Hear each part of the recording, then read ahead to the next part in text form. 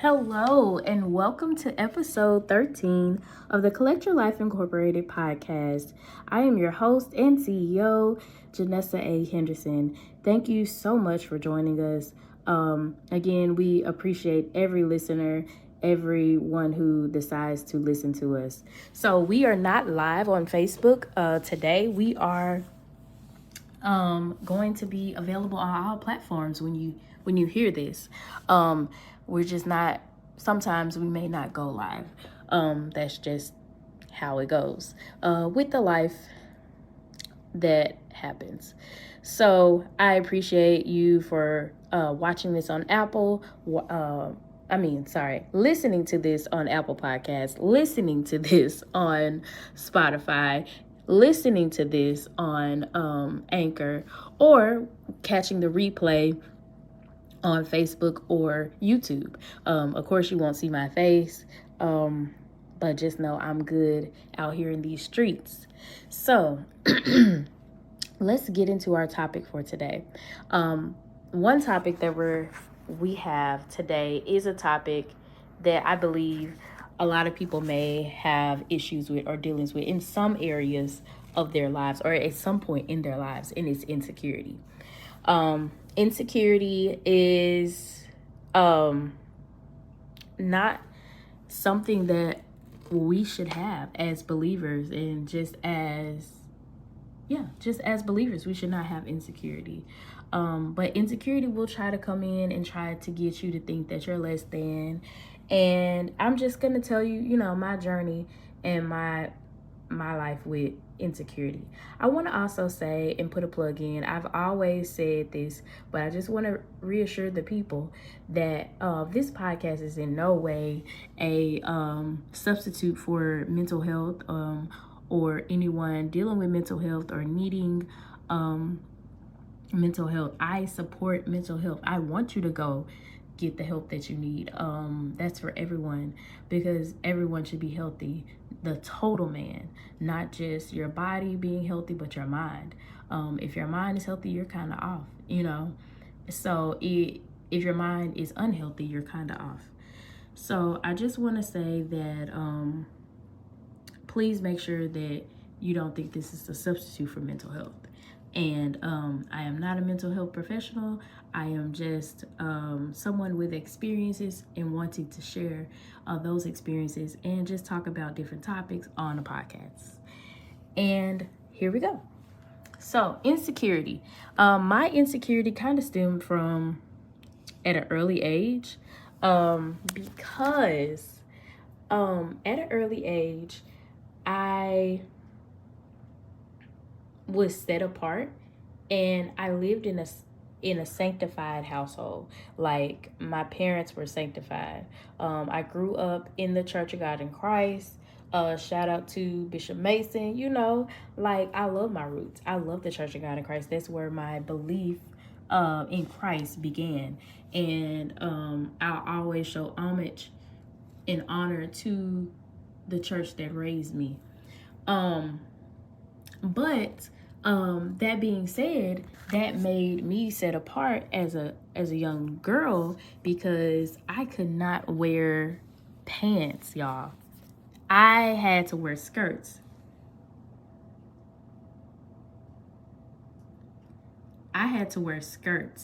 And it was just like, well, you have to wear skirts because this is a sanctified, holy household, And it made me different. And in addition to that, I was like the only black girl in my classes.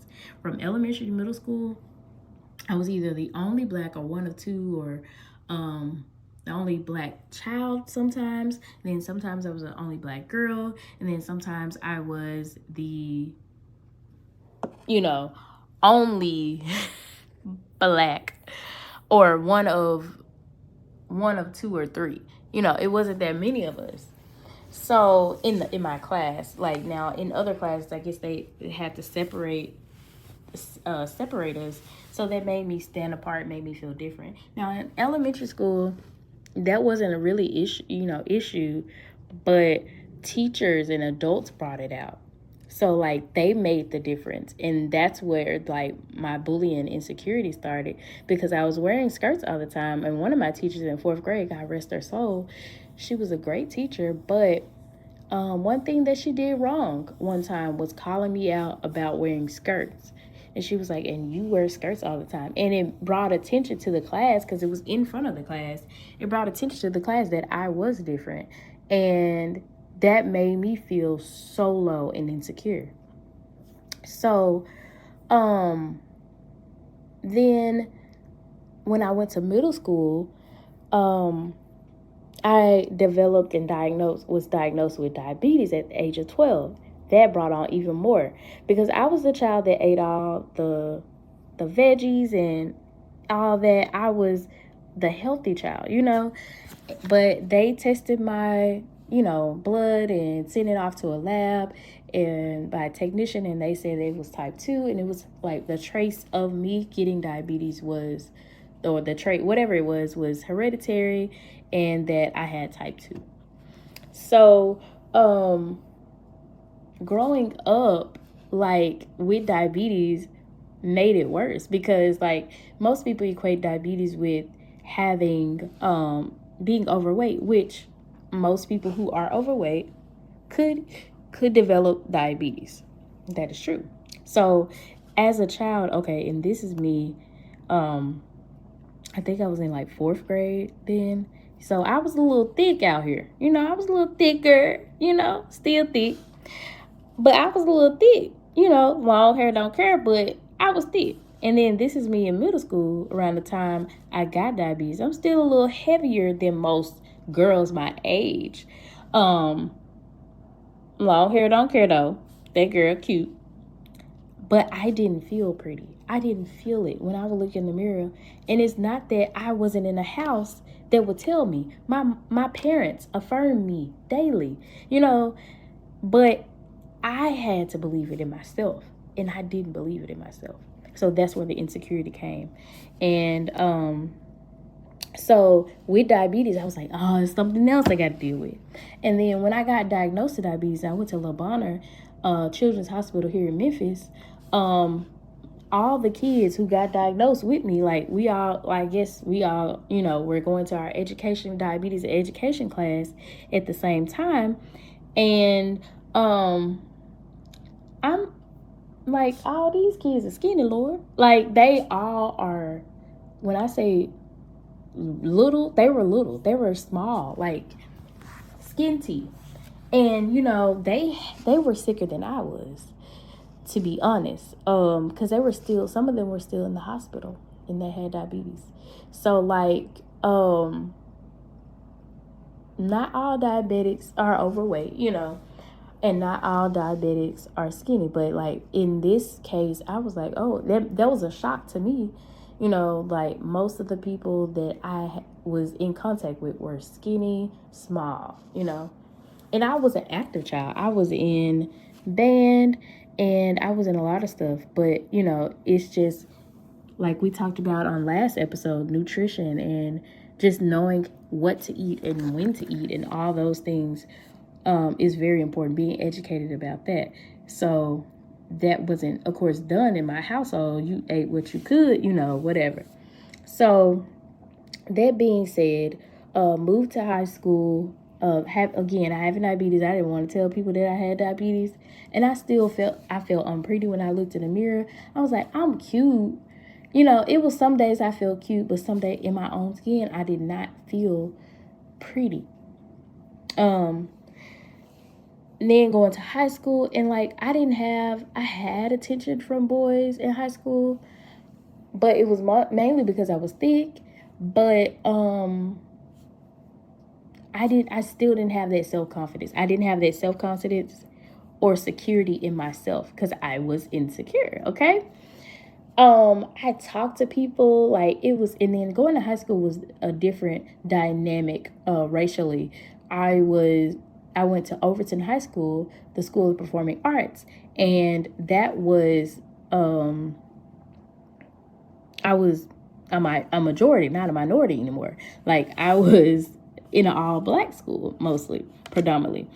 And it was different because, people check you. So I was like, and then people check me a lot. And if you from Memphis, people check. So they were checking me for my skirts and all type of stuff. And so then I remember, because I was in band. I was in the creative and performing arts program in band. I remember marching, and I said, Mama, I have to have pants. I cannot march in no skirt. Like, who? I'm not finna march in no skirt and have to have my, all this stuff with this flute in a skirt. I'm not gonna do that. So she had to buy me some pants for practice and stuff. But why she buy the ugliest pants, y'all? Like, literally, they were the ugliest. And I ain't got no picture because I probably would not put myself out there like that. But that was some ugly pants. So that really was like, wow. I had the ugly pants and I was already, I wouldn't say talked about, but it was already like, this the girl who wears skirts all the time. Like I was already standing apart, set apart. So it hit different, like I didn't really have guys lined up to ask my dad to take me out, growing up. And I wouldn't say it was an issue, but it affected me because I was like, well, dang, am I pretty?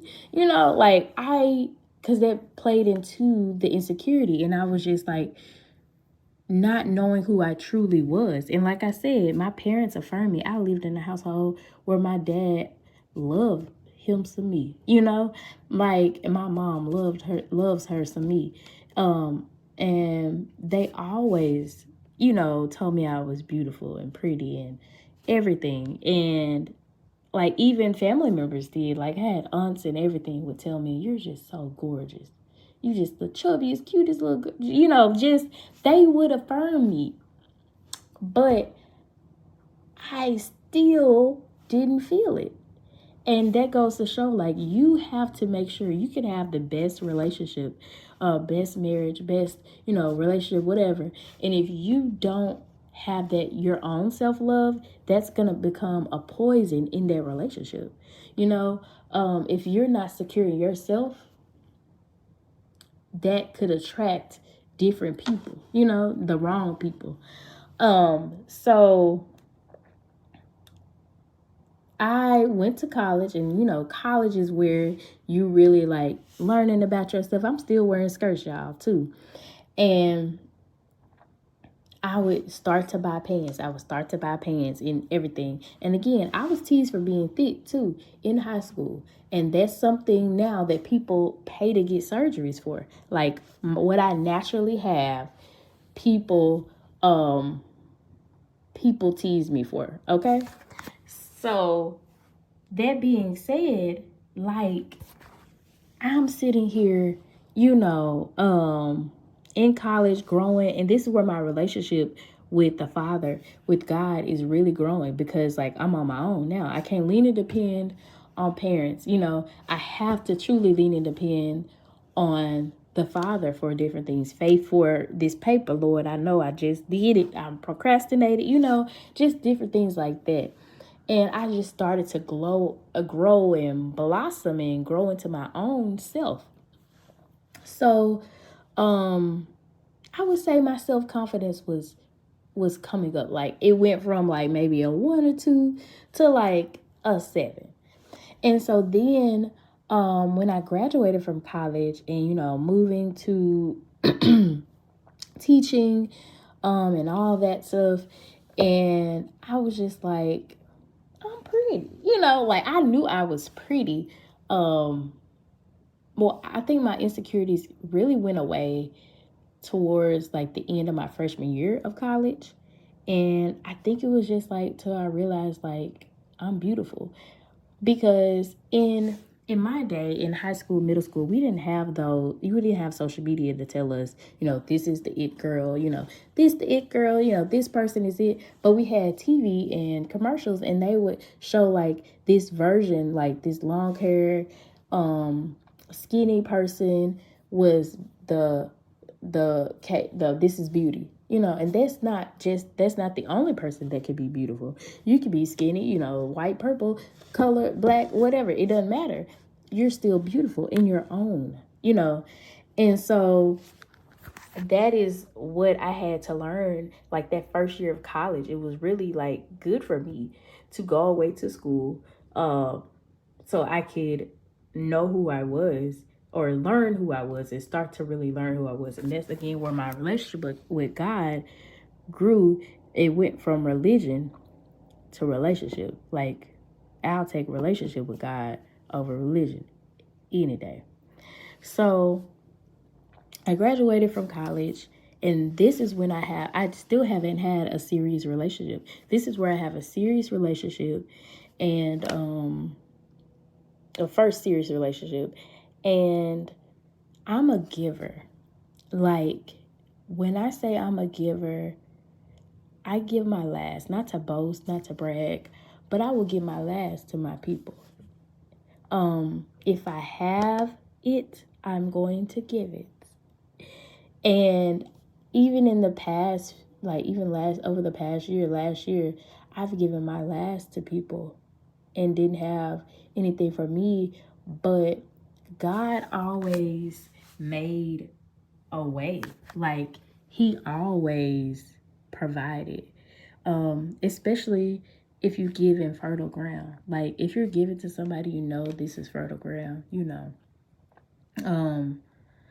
the Lord, even if it's not fertile ground, and the Lord is leading you to give to them, then sow into that person, because you never know how God is going to impact your life. It doesn't have to be monetary. And I feel like seeds that I've sown have really kept me through a lot of hard times. Not monetary, but like in my life, kept my mind. Just seeding into people's lives kept me. So I'm a giver in relationships. Like, I love to give. Like, my love language, my main one, is acts of service. If somebody tells me you're gonna do something, then I expect you to do it. Like, you see, I got 12,000 million things going on, and you take care of 3 or 4 or 5.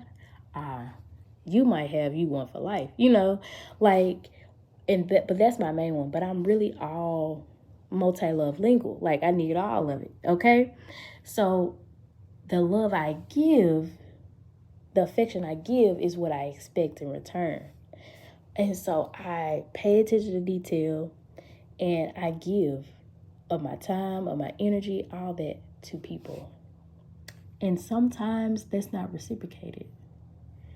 And that wasn't reciprocated in that relationship.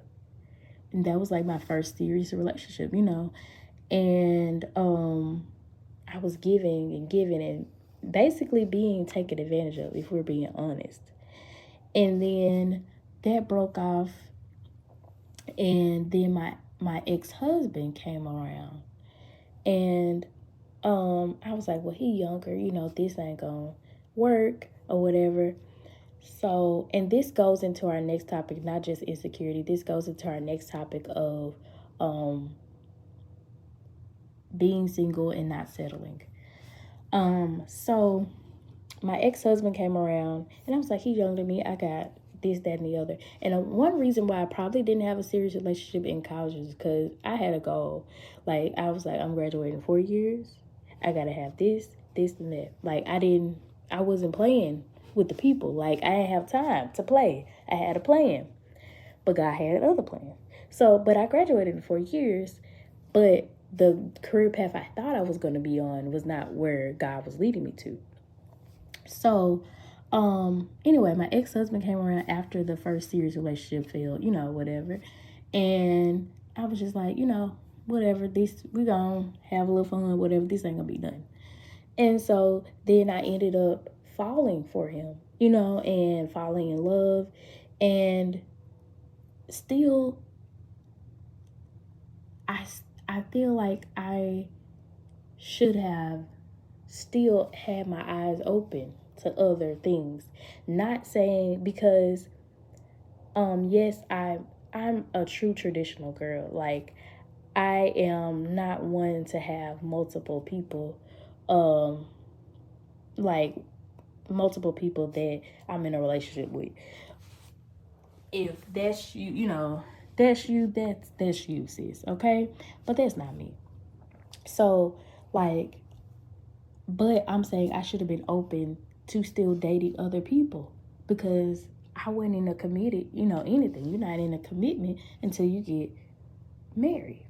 So, and I didn't even realize I was settling until after um I got married. But it was so many red flags. It was so many things telling me that maybe you should pause. Like, we he proposed to me and I said yes, and then we were planning the wedding, and then I should have just given it more time. Like, I was in a rush to get married because I was excited. I was like, oh yeah, why wait? Like, seize the day, carpe diem. But that wasn't what I should have done. And then the signs were there. Like, I remember a month before getting married, there was our beliefs didn't line up. And so that's unequally yoked. Like, that was basically what it was. But I was like, well, he's just having cold feet. I was trying to justify everything. So I'm telling anybody single, sis, don't do that. Don't justify. If you feel something, it's a reason. So what I should have done was go pray about it. And truly seek. I did pray about it, but I didn't seek the Lord's face. I didn't say, I think we should hold off on the wedding. And then I feel like if I had said that too, like, I really feel in my heart, if I had said, I think we should hold off on the wedding, that I would have seen the side that I saw in marriage after. And so, like, basically, I got married, and I knew I was disobedient. Like, I didn't know it then. I was like, Lord, I really thought that, it was just a test. Like, Lord, you're just testing us, whatever, and he's going to be fine. But when I look back on it, I was disobedient, like straight disobedient to God. And he still kept me, like, along the life. And so I endured stuff that maybe the Lord wouldn't have wanted me to endure, but he allowed me to endure it because of my disobedience. Like, I had to go through the physical, the verbal, and the emotional stuff. I was walking on eggshells, y'all. Like, I could not be my true self. Like, I didn't know what was gonna set anything off. I was like, I didn't know if I said one thing was gonna set this person off or not. So I was, yeah, I was just completely, and that brings on, I would say that brought on more insecurities. Like I said, I have insecurities from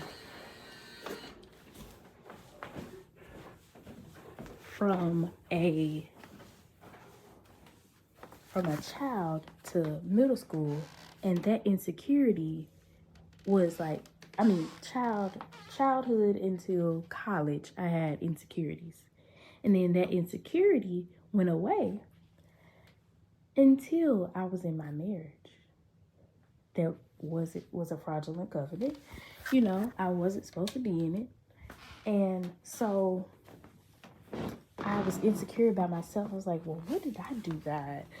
And then the Lord was just like, well, he brought back to my remembrance so many things. Like, I wasn't Like I said, I wasn't supposed to be married.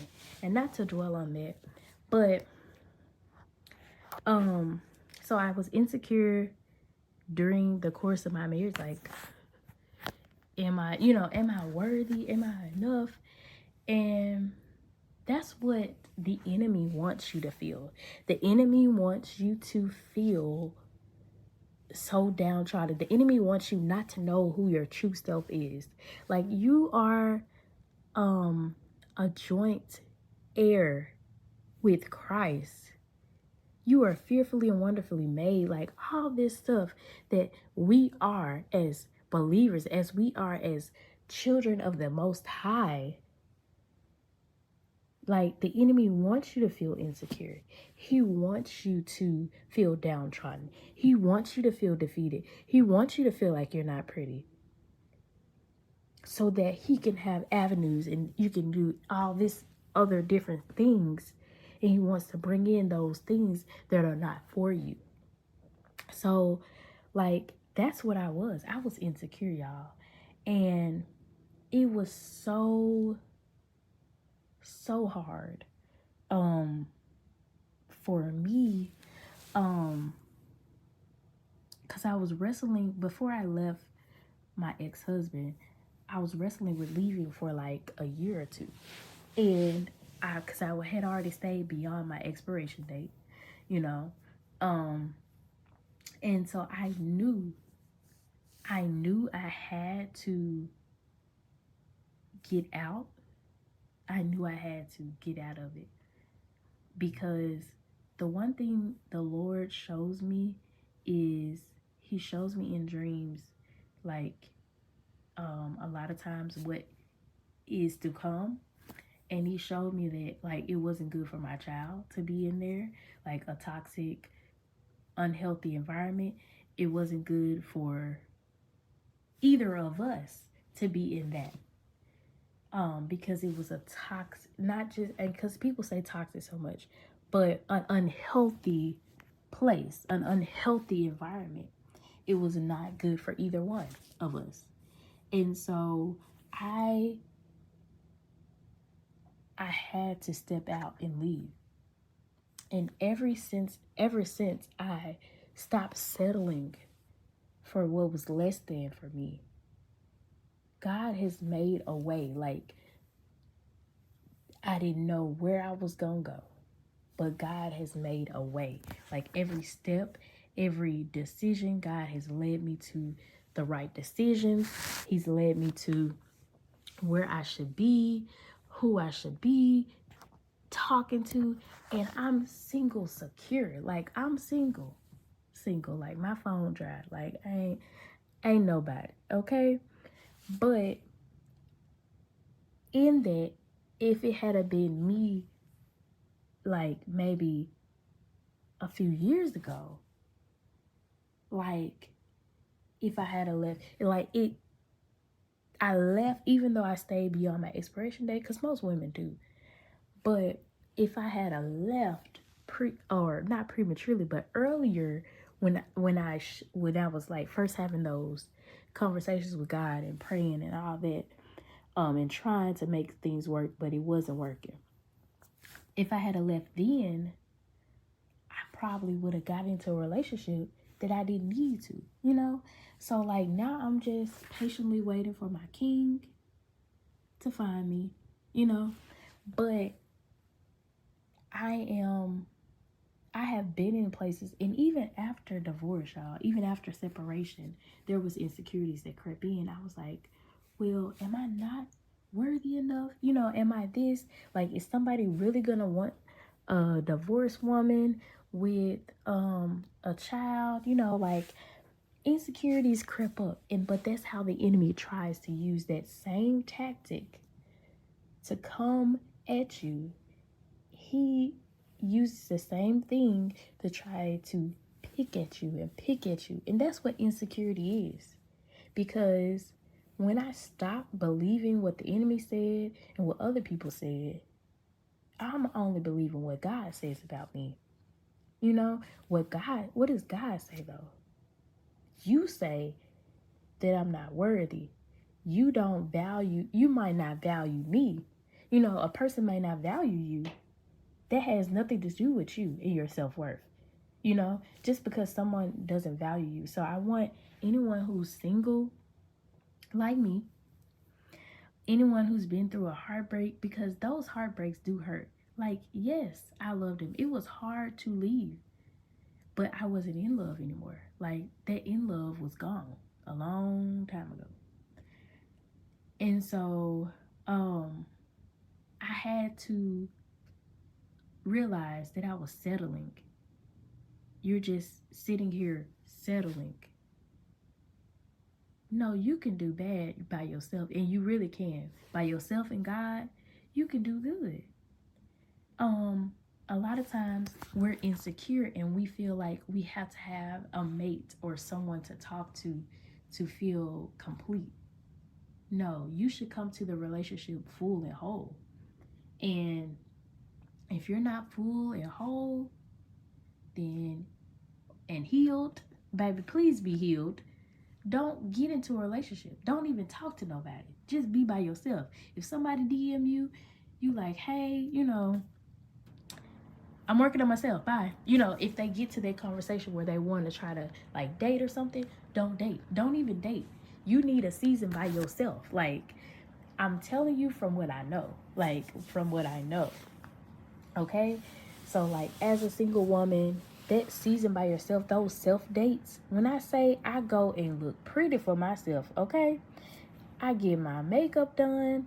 I go and I'll have all the 9 yards, y'all. Hair done, makeup done, nails done, looking fine. And I'm going on a self date by myself. And those are the best dates. They are the best dates ever. Because I'm just in tune with me. Because I love me. God loves me. I love me. And then whoever is supposed to be my husband will love me too. But I gotta love me. And that took a toll, like, after you have a child too, like, and we'll get into that in another episode, but after you have a child, you have to go back and reaffirm and love yourself again. Like, you have to go back and get into that self-love, because motherhood, postpartum takes a toll on you, you know? So, but don't settle. I want to tell people, do not settle. Don't just jump into the next thing. And like at the age I'm at, it's like something about 30. You know, something about after 30, you just know something not gonna work. Like, and that was around the pivotal time when I left. Like, I turned 30 December. I left 2 months later. Because I was like, nah, this ain't gonna work, player. I can't keep doing this. I can't keep walking on eggshells in my house. Like, I ain't got time for this, you know? So I had to throw the deuces. And the Lord kept saying, if you don't leave today, it was like the Lord was yelling in my ear. You know, like, okay, Lord, I hear you. I'm sorry, God. That type of situation, okay? If the Lord is telling you to leave a situation, please do. Because it's so much better. You may be alone for a period, and that may be what you need, because I needed to heal. Like, I have needed this time to heal. I needed this time to be by myself.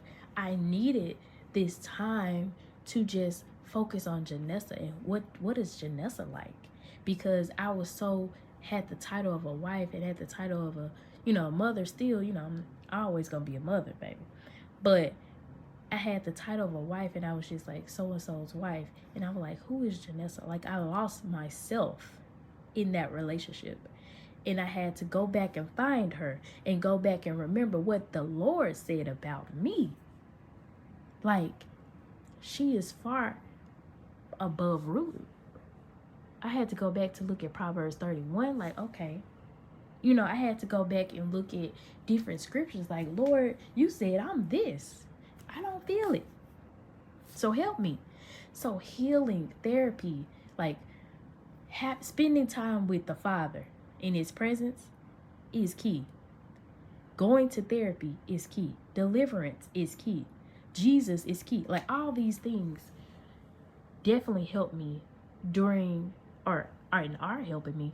But I'm saying I am already healed from that. But you don't want to jump into anything just because the last didn't work. You don't want to just jump to your next. You want to make sure you're fully secure in yourself. You are healed, you're a whole, because that person's not going to add to you. That's supposed to be a partnership. Whatever that person brings is a partnership. Like, you should already be at 100%, and they should already be at 100%, and y'all are 200% together. Like, people think that, oh, they're 50-50. It should 50-50. It's a 50-50 partnership, but you should be 100% whole. They should be 100% whole. That's just point blank and the period. If you're not, then you need some healing. You need some individual counseling. You might need some couple counseling.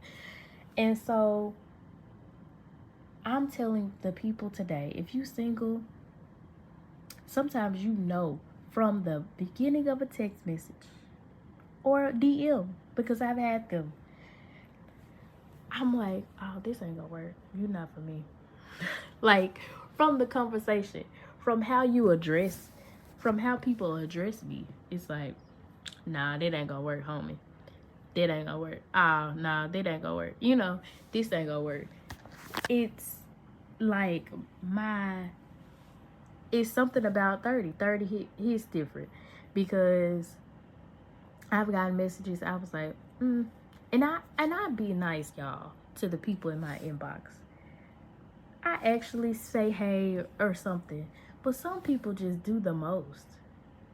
It's like, now you do the most. You don't know me from Adam, and I already know there's not anything. I just don't continue the relationship. I mean, not relationship, but the conversation is what I meant, because I ain't in no relationship. But being single secure is something that comes from within. Casting away that anxiety, that worry, that doubt, that fear of rejection, and just knowing that you are who God says you are.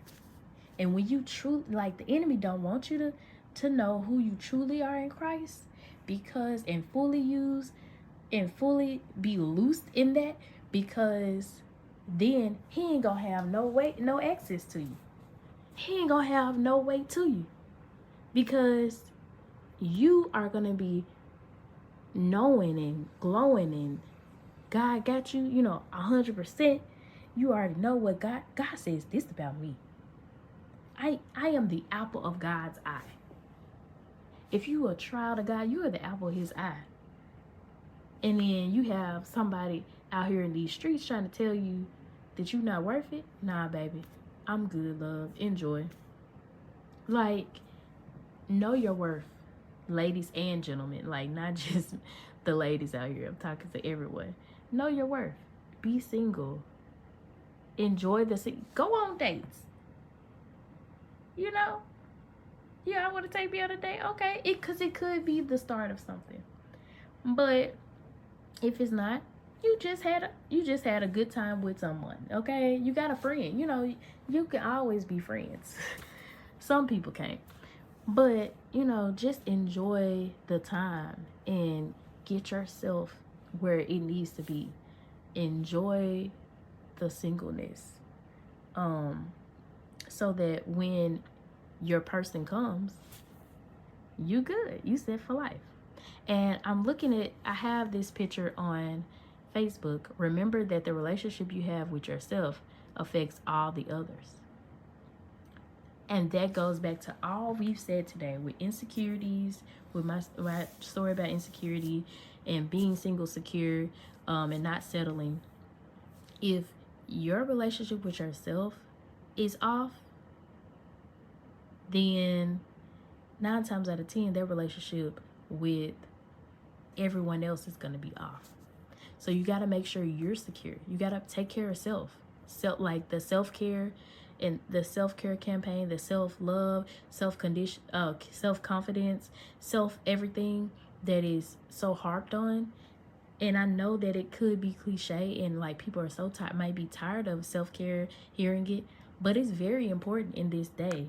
because like your own self, if you cannot pour out of an empty cup.